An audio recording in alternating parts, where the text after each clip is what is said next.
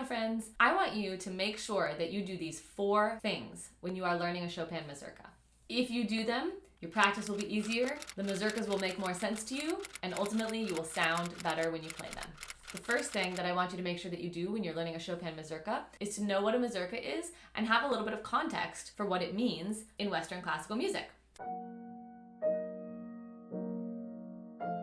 So originally, a mazurka was a Polish dance in 3/4 time, and Chopin was a Polish composer, and so he wrote at least 59 of them throughout his life that we know of. Most of them are published and some are not. And while he took inspiration from the traditional Polish dance that's in 3/4 time, Chopin expanded that dance and almost formed an entirely new genre that some people call the Chopin genre. His mazurkas are not meant to be danced to. They are concert pieces or study pieces that are meant to be played and listened to. I'm not going to say that the mazurkas are easy, because they are definitely not easy. If you hear them, they can sound a little bit simplistic in style, and as far as the works of Chopin go, they are some of his simpler works. But there's a lot of depth to them, and while you might not see as many notes on the page, they do require a deep understanding of music and a certain maturity when it comes to expression. They range in tempo from lento or slow all the way up through vivace, which means fast and lively. There's a ton of other information about the mazurkas, and all of that would give you an even larger context for these pieces when you set out to learn them. The second thing that I want you to make sure that you do when you're learning a Chopin Mazurka is look for repetition in your music.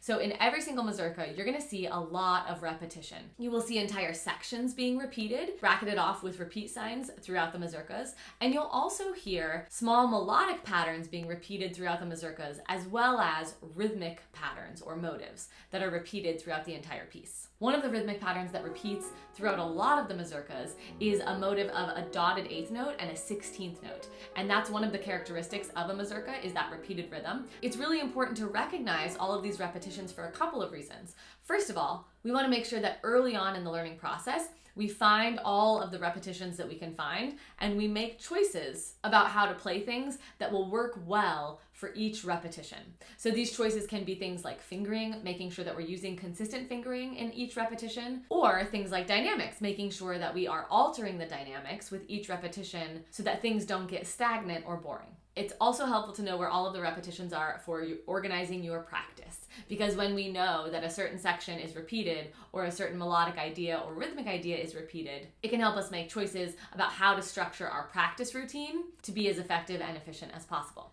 The third thing that I want you to make sure that you do when you are learning a Chopin Mazurka is to be aware of the accents. If you open up an edition of the Chopin Mazurkas, and I'll link my favorite one in the description below, you'll start to notice that Chopin places accents sometimes on the 3rd beat of the measure, sometimes on the 2nd beat of the measure, sometimes on the 1st beat of the measure. They are all over the place. And it's really important that you interpret these accents and that you do play these accents, because they're going to help give that dance feel, and the accents are one of the defining characteristics of the mazurka.